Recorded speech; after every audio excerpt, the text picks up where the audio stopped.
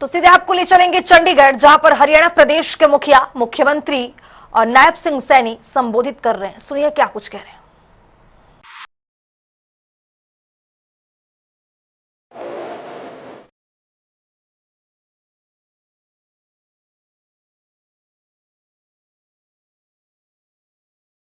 रंगला पंजाब च बनाना ਉਹਦੇ ਵਾਸਤੇ ਸਿਹਤਮੰਦ ਪੰਜਾਬ ਪਹਿਲਾਂ ਚਾਹੀਦਾ ਹੈ। 96 ਤੋਂ 97% ਲੋਕ ਜਿਹੜੇ ਨੇ ਉਹ ਮੁਹੱਲਾ ਕਲੀਨਿਕਾਂ ਚੋਂ ਠੀਕ ਹੋ ਕੇ ਘਰੇ ਵਾਪਸ ਚਲੇ ਜਾਂਦੇ ਨੇ। ਸਰਕਾਰੀ ਹਸਪਤਾਲਾਂ ਤੇ ਬਰਡਨ ਬਹੁਤ ਘਟ ਗਿਆ।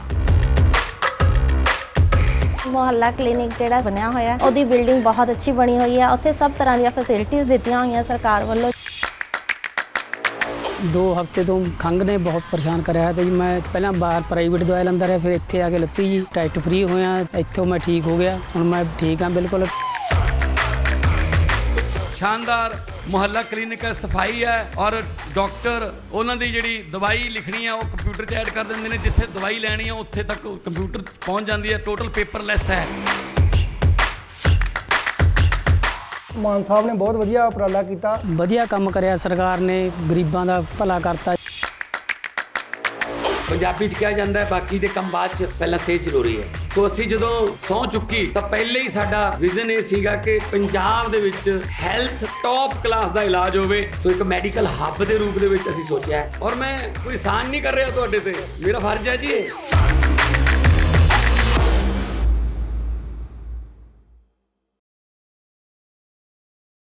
यह सच है कि वक्त बदलने के साथ साथ घर में भी पशुपालन की परंपरा में रुकावट आई है। आप जैसे लोगों के बलबूते ही हरियाणा में दूध उत्पादन को उद्योग के रूप में स्थापित कर रहे हैं। मैं आप सबको इसके लिए बहुत साधुवाद भी देता हूं। प्रति व्यक्ति दूध की उपलब्धता हरियाणा देश में आज तीसरे स्थान पर है। हमारी प्रति व्यक्ति जो दूध उपलब्धता है वो 1098 मिलीलीटर है, जो देश की प्रति व्यक्ति दूध उपलब्धता से 2 गुना है। आज मेरे सामने मुझे खुशी भी है कि हरियाणा प्रदेश से विभिन्न क्षेत्रों से आए हुए 1200 से अधिक दूध उत्पादक दुग्ध सहकारी समितियों से जुड़े हुए प्रतिनिधि आज यहां पर बैठे हैं। देश में श्वेत क्रांति लाने में सहकारी आंदोलन का महत्वपूर्ण योगदान रहा है। हरियाणा में वीटा का उदाहरण आज हमारे सामने है। वीटा बूथ जगह जगह खुले हैं और अनेक युवाओं को रोजगार का भी ये प्रदान कर रहे हैं। हरियाणा में दुग्ध समितियों का जाल बिछा हुआ है। प्रदेश में इस समय दूध की खरीद के लिए 3300 हमारी सहकारी दुग्ध समितियां हैं। प्रदेश में दुग्ध प्रोसेसिंग के 6 मिल्क प्लांट हैं। इनकी दूध प्रोसेसिंग की दैनिक क्षमता 9.45 लाख लीटर है। 280 करोड़ रुपए से जिला रिवाड़ी के गांव बिंदावास में नया दूध संयंत्र स्थापित कर रहे हैं। इस संयंत्र की प्रतिदिन दूध प्रसंस्करण क्षमता 5 लाख लीटर होगी। वर्ष 2020-21 में मुख्यमंत्री दुग्ध उत्पादक प्रोत्साहन योजना ये शुरू की गई। आज इस योजना के तहत हमारे 35,000 दूध उत्पादकों को, जिनका जो पैसा हम हरियाणवी अब 100% धुआं मुक्त रसोई में खाना बनाते हैं। हमारा हरियाणा नॉन स्टॉप हरियाणा। आज हमने इस सब्सिडी को जो 2022-23 में 32 करोड़ 51 लाख रुपए व वर्ष 2023-24 में 39 करोड़ 37 लाख रुपए की सब्सिडी ये दी गई है। और इस वित्त वर्ष में 100 करोड़ रुपए की राशि का हमने प्रावधान इसके अंदर किया है। और वर्ष 2024-25 में के दौरान हमारे जो अंत्योदय परिवारों के सदस्यों को ये प्रोत्साहन राशि 5 रुपए से बढ़ा करके अब 10 रुपए प्रति लीटर देने का हमने निर्णय किया है। यह राशि ये दुग्ध संघों द्वारा प्रदान की जा रही दूध की कीमत के अतिरिक्त होगी। हमारे यहाँ खेती बाड़ी के साथ साथ दुधारू पशु पालने की परंपरा रही है। पहले गाय जैसे दुधारू पशु किसी परिवार की संपन्नता का पैमाना हुआ करते थे। हमारी विशाल जनसंख्या पशुपालन व खेती बाड़ी के अलावा दूसरे व्यवसायों में भी कार्यरत थी। पशुपालन को अब व्यावसायिक नजरिए से देखा जाना जरूरी है। अपना काम धंधा शुरू करने के लिए हाईटेक व मिनी डेयरी स्कीम चलाई जा रही है। इसके उद्देश्य रोजगार के अवसर उपलब्ध कराने के साथ साथ दूध उत्पादन को भी बढ़ाना है। मित्रों, इस स्कीम के तहत 10 दुधारू पशुओं तक की मिनी डेयरी खोलने के लिए पशु की लागत पर 25% की सब्सिडी दी जाती है और अनुसूचित जाति के लोगों को 2 या 3 पशुओं की डेयरी खोलने पर 50% की सब्सिडी ये सरकार के द्वारा दी जाती है।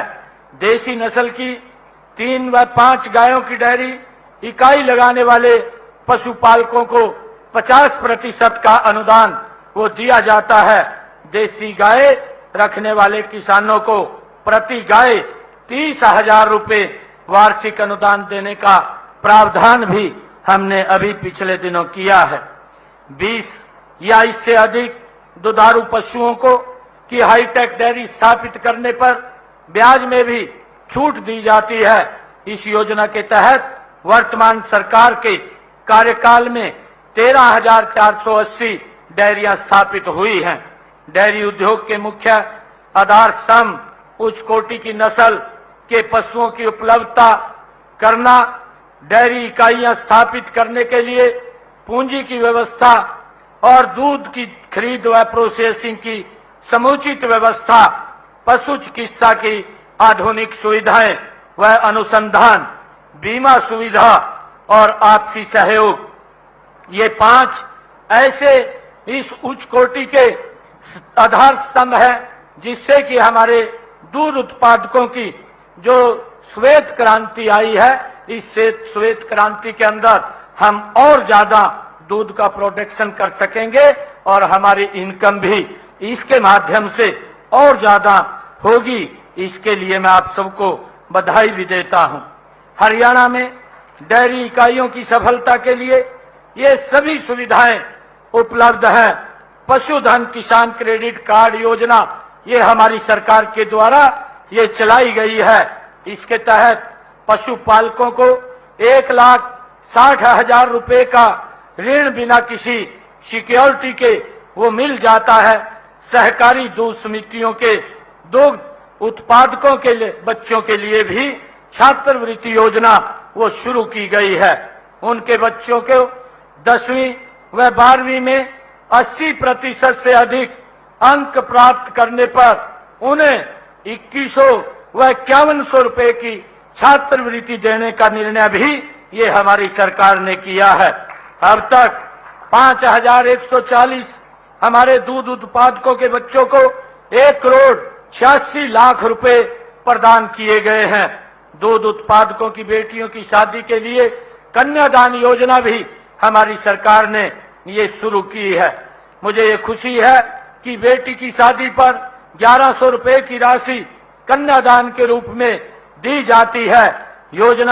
इस योजना के तहत अब तक हमारे दूध उत्पादकों को उनकी बेटी की शादी पर 30 लाख रुपए दिए गए हैं। पशुपालकों को जोखिम मुक्त करने के लिए पंडित दीनदयाल उपाध्याय पशुधन योजना ये सरकार के द्वारा चलाई जा रही है। इस स्कीम के तहत कोई भी पशुपालक 100 से 300 रुपए और छोटे पशु का 25 रुपए प्रीमियम देकर बीमा करा सकता है जिससे कि वो सुरक्षित रहता है। अनुसूचित जातियों के पशुपालकों के पशुओं का बीमा मुफ्त किया जाता है। सरकार ने इस प्रकार की योजना चला करके अपने किसानों की इनकम बढ़े और उनके खर्चे कम हो। कई बार कोई दिक्कत, कोई बीमारी आ जाती है तो बीमा कंपनी के माध्यम से उसको सुरक्षित किया जा सके, इस योजना का भी हम मजबूती से लाभ लें। इस स्कीम के तहत मुझे ये खुशी है बताते हुए कि 8,52,000 पशुओं का बीमा किया गया है। दूध उत्पादकों का 10 लाख रुपए प्रति व्यक्ति दुर्घटना बीमा भी किया जाता है। अब तक 75 व्यक्तियों को 4 करोड़ 10 लाख रुपए की बीमा राशि का भुगतान भी ये किया गया है। हरियाणा राज्य अपनी मुर्रा नस्ल की भैंस के लिए विश्व प्रसिद्ध है। हिसार के खांडा खेड़ी में एक क्षेत्रीय मुर्रा विकास केंद्र भी स्थापित किया हो रहा है। अधिक दूध देने वाली हमारी मुर्रा भैंसों के मालिकों को 30,000 रुपए तक का प्रोत्साहन दिया जा रहा है। हरियाणा में साहीवाल व बेलाही गाय के दूध देने की क्षमता के आधार पर 20,000 रुपए तक की प्रोत्साहन राशि भी दी जा रही है। देसी गायों की नस्ल के सुधार हेतु राज्य में 37 करोड़ रुपए के से 4 गो वंश संवर्धन एवं अनुसंधान केंद्रों की स्थापना भी की जा रही है। ये केंद्र कैथल, झज्जर, करनाल और महेंद्रगढ़ में स्थापित किए गए हैं। आप दूध बेचने तक सीमित न रहें, दूध में वैल्यू एडिशन करें, ऐसी मैं आप लोगों से अपील करता हूं। मुझे ये खुशी है कि दूध से घी, मक्खन, पनीर, मिठाई बनाकर सीधे उपभोक्ताओं को बेचने का भी बाजार हमें उपलब्ध है। आप कृषि किसान उत्पादक संगठन की तर्ज पर दूध उत्पादक संगठन बनाए। सरकार द्वारा चलाई जा रही योजनाओं का पूरा लाभ उठाते हुए पशुपालकों को या पशु स्वस्थ रहेगा तो दूध बढ़ेगा तो हालात ठीक होगी, खुशहाली बढ़ेगी। अंत में आप सबको मैं बहुत बधाई भी देता हूं। और हमने अभी पिछले दिनों आप सबके सामने है, हरियाणा सरकार ने जो हमारी गौशालाएं हैं उन गौशालाओं के लिए भी हमने अलग से योजना बना करके उन तक लाभ पहुंचाने का काम किया है। हम ये भी देखते हैं क्योंकि हमारे इस क्षेत्र के अंदर जो हमारे दूध उत्पादक हैं और कुछ हम देखते हैं कि बाजारों में सड़कों के ऊपर जो हमारी गौ माता, बेसहारा गौ माता घूमती है। बहुत सारे इस प्रकार की बातें आती हैं कि भाई जब तक गाय दूध देती है तब तक तो घर में रहती है और जब दूध देना बंद कर देती है तो सड़क के ऊपर नजर आती है। तो इसके लिए भी, क्योंकि आप सब लोग उस क्षेत्र से आते हैं और आप सब लोग उन लोगों को भी इस बात के लिए आप लोग उनको प्रोत्साहित भी कर सकते हैं कि सरकार इतनी योजनाओं के माध्यम से उन तक लाभ पहुंचा रही है। और हमारी जो गौशालाएं हैं उन गौशालाओं के लिए भी हमने अलग इंसेंटिव देने का काम किया है ताकि कोई भी बेसहारा गऊ वो सड़क के ऊपर नजर ना आए। और हमने उसके लिए अलग से एक नीति योजना बनाई है। शीघ्र ही कोई भी बेसहारा पशु वो सड़क के ऊपर नजर नहीं आएगा। उसके लिए चाहे वो गौशाला है, चाहे हमारी नंदीशाला है, उनके अंदर उनको लाने का काम ये किया जाएगा और उन सब लोगों को सरकार के द्वारा प्रोत्साहन भी किया जाएगा। मैं आप सबको आज इस शुभ अवसर के ऊपर, क्योंकि लगभग आज 15 साढ़े 15 करोड़ रुपया आप लोगों के खाते के अंदर सीधा यहां से बटन दबा है और वो पहुंचा है। अगर और भी कोई पैसा आप लोगों का कहीं रुका पड़ा है उसके लिए भी मैंने अधिकारियों को इस बात के लिए कहा है कि लगभग 10-15 दिन के अंदर वो सारा का सारा पैसा वो भी खातों के अंदर वो चला जाए। कोई भी व्यक्ति जिसको इसका लाभ मिला है और जो सरकार ने इंसेंटिव दिए हैं उसका लाभ वो हम तक पहुंचना चाहिए। आप सब लोग इस वर्ग के व्यक्ति बैठे हैं जो देश के प्रदेश के लोगों की आवश्यकता को पूरा करते हैं। जब हम देखते हैं कि शहर के अंदर आप सब लोग जो दूध का उत्पादन करते हैं और सुबह सुबह जाकर के घर घर देने का काम करते हैं, एक ये भी बहुत बड़ा आप लोगों के लिए एक तपस्या का कार्य है। और मैं इसके लिए सभी जो हमारे दूध ये पालक हैं इन सबको भी बहुत बधाई देता हूं। और आज आप लोग यहाँ पर आए हैं क्योंकि विभिन्न योजनाएं सरकार के द्वारा चलाई जा रही हैं। हम देख रहे हैं पिछले इन 10 वर्षों के अंदर हरियाणा प्रदेश की एक तस्वीर बदलने का काम इस सरकार ने किया है। चाहे हमारे रोड्स के इंफ्रास्ट्रक्चर की बात हो, क्योंकि अगर हमारे रोड ठीक होंगे तो उसमें भी विकास की गति तेज होगी और हम सब भी जल्दी अपने काम को पूरा करते हुए समय की बचत होगी। समय की बचत होगी तो हम और गति से काम कर पाएंगे। मैं आप लोगों से आज ये आग्रह भी करना चाहूंगा कि सरकार ने पिछले लगभग 10 वर्षों के अंदर आदरणीय नरेंद्र मोदी जी के साथ मिलकर के कंधे से कंधा मिला करके भाइयों डबल इंजन सरकार ने हरियाणा प्रदेश की एक नई तस्वीर बनाने का काम ये हमारी सरकार ने किया है। आज जब हम देखते हैं जिसकी मैंने चर्चा की है कि आज एक भी जिला ऐसा नहीं है जिस जिला के अंदर 4 लाइनिंग रोड एक्सप्रेसवे उसको टच ना हो। ये सरकार ने लोगों के जीवन को सरल करने के लिए वो लगातार इस कार्य को आगे बढ़ाने का काम किया है। और भी गरीब व्यक्तियों की चिंता हमारी सरकार ने की है। अभी पिछले दिनों तीज का महापर्व था और तीज के महापर्व के अवसर के ऊपर 49 लाख परिवारों को 500 रुपए में गैस का सिलेंडर देने का निर्णय भी ये हमारी सरकार ने किया है कि उन परिवारों को सब्सिडी के ऊपर ये गैस का सिलेंडर मिले और उसकी सब्सिडी वो हरियाणा सरकार देने का काम करेगी। ये भी निर्णय हमारी सरकार ने किया है। और अभी पिछले दिनों एक और निर्णय हमारी सरकार ने किया है कि जो जिनकी परिवारों की इनकम 1 लाख रुपए से कम है ऐसे परिवारों को भी हमने हैप्पी कार्ड हरियाणा परिवहन अंत्योदय परिवहन परिवार योजना के माध्यम से हमने उनको 1000 किलोमीटर का 1 साल के अंदर वो बस में फ्री में सफर कर सके, वो भी कार्ड हमने देने का काम किया है ताकि गरीब व्यक्ति को कोई सामान लेने के लिए बाजार जाना है, दवाई लेने के लिए हॉस्पिटल जाना है या उसने कहीं अपनी रिश्तेदारी में जाना है या कहीं धार्मिक स्थल के ऊपर घूमने के लिए जाना है तो उसको कोई किराया ना लगे। उसके लिए भी लगभग ये 23 लाख परिवार और 84 लाख लोग हैं हरियाणा प्रदेश के अंदर जिनको हमने 1000 किलोमीटर की ये सुविधा दी है। और हमने ये भी निर्णय किया है पिछले दिनों कि जो हमारे जो लोग हैं ऐसे लोगों को जिनकी आय 1,80,000 रुपए से कम है और जिनका 2 किलोवाट का कनेक्शन है ऐसे परिवारों को हमने सरचार्ज से मुक्त किया है और सरचार्ज मुक्त करके जितना यूनिट वो खर्च करेगा उतने यूनिट का ही बिल उसका आएगा, बाकी उसका कोई बिल नहीं आएगा। अगर वो परिवार कहीं घूमने के लिए जाता है और घूमने के लिए जाता है 1 भी यूनिट खर्च नहीं करता तो उसका बिजली का बिल 0 हो जाएगा। ये भी योजना हमने अभी पिछले दिनों लॉन्च की है।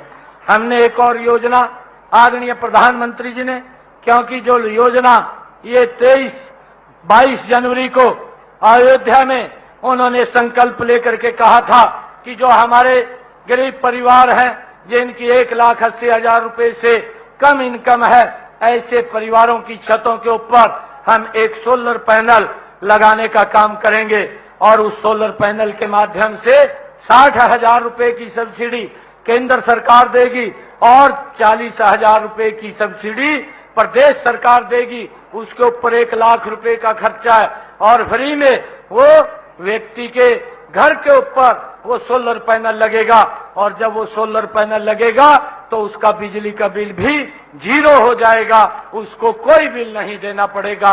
ये हमारी सरकार ने अभी उसका कल ही मैं कैथल से इसका शुभारंभ करने वाला हूं। क्योंकि इसका रजिस्ट्रेशन हो गया था और रजिस्ट्रेशन के बाद हम इस योजना का शुभारंभ कल कैथल से कर रहे हैं और कैथल के अंदर ये कल से लगना छतों के ऊपर शुरू हो जाएगा। और इसके साथ साथ मैं आप लोगों को बताना चाहता हूं कि हमारी सरकार ने सोलर के ऊपर जो हमारे किसानों के पंप थे, आप लोग देखते भी हैं, हरियाणा प्रदेश के अंदर उनको भी सोलर के ऊपर करके हमने बिजली की उनका बिल ना आए, बिजली का बिल 0 हो, और चाहे 5 HP की मोटर थी या 10 HP की मोटर थी, उसको भी हमने सोलर के ऊपर करके किसानों को लाभ देने का काम हमारी सरकार ने किया है। भाइयों, मुझे ये भी खुशी है बताते हुए कि हमारी सरकार ने, चाहे गरीब व्यक्ति है, उस गरीब व्यक्ति को हमने मुख्यमंत्री आवास योजना शहरी के माध्यम से 30-30 गज के प्लाट देने का काम भी हमारी सरकार ने शहरों के अंदर किया है।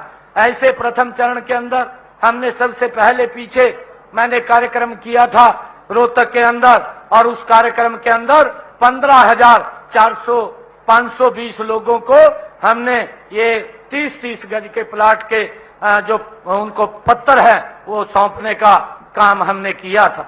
और अभी हमने यह भी निर्णय किया है कि हमारी सरकार जो गांव के अंदर जो गरीब व्यक्ति है जिसके पास जमीन नहीं है उसको 100 गज का प्लाट, और जो व्यक्ति महाग्राम के अंदर रहता है, बड़े गांव के अंदर रहता है, उसको 50 गज का प्लाट, उसके लिए भी हमने एक रजिस्ट्रेशन की सुविधा दी है और लोग उसके अंदर रजिस्ट्रेशन करेंगे।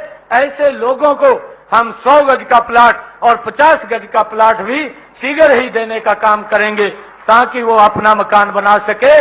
आदरणीय प्रधानमंत्री जी ने जो योजना चलाई है कि उसके माध्यम से हमने अब तक हरियाणा प्रदेश के अंदर लगभग 50,000 लोगों को हमने मकान बना करके दिए हैं और 15,000 ऐसे लोग हैं जिनको हम शीघ्र ही चाबियां सौंपने वाले हैं, उनके ऊपर काम चल रहा है। और आगे भी आदरणीय प्रधानमंत्री जी की जो सोच है कि यहाँ एक भी सर ऐसा न रहे जिसके ऊपर छत ना हो, हमारी सरकार उनको मकान बना करके देने का कार्य करेगी।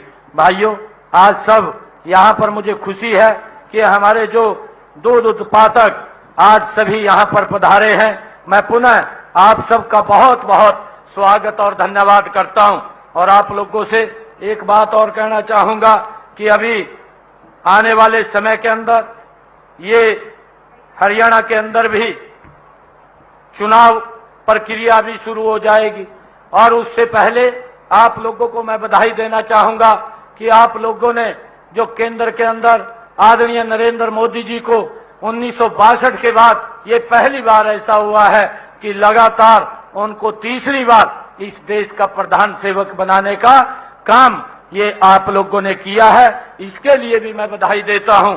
और आप लोगों को मैं ये भी आग्रह करूंगा कि आने वाले समय के अंदर, क्योंकि आप सब लोग बहुत लोगों के साथ भी जुड़े हुए हैं, आप उनसे बातचीत भी करते हैं, मिलते हैं, और आप लोग मजबूती से आदरणीय नरेंद्र मोदी जी का जो संकल्प है कि हमने 2047 तक इस भारत को विकसित राष्ट्र बनाना है, उस विकसित राष्ट्र के अंदर हम सब की भी महत्वपूर्ण भूमिका हो और हम सब भी मिलकर के उनको मजबूत करने का काम करेंगे, ऐसा मैं आप लोगों से अपील करता हूं।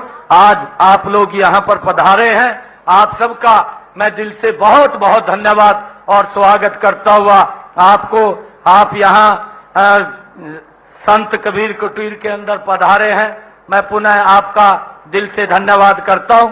इन्हीं शब्दों के साथ जय हिंद, जय भारत, जय भारत मां, एक जोरदार जयकारे के साथ भारत माता के, भारत माता के, वंदे वंदे। बहुत बहुत धन्यवाद आप सबका। चाय चूहे की व्यवस्था होगी, चाय पी लिया।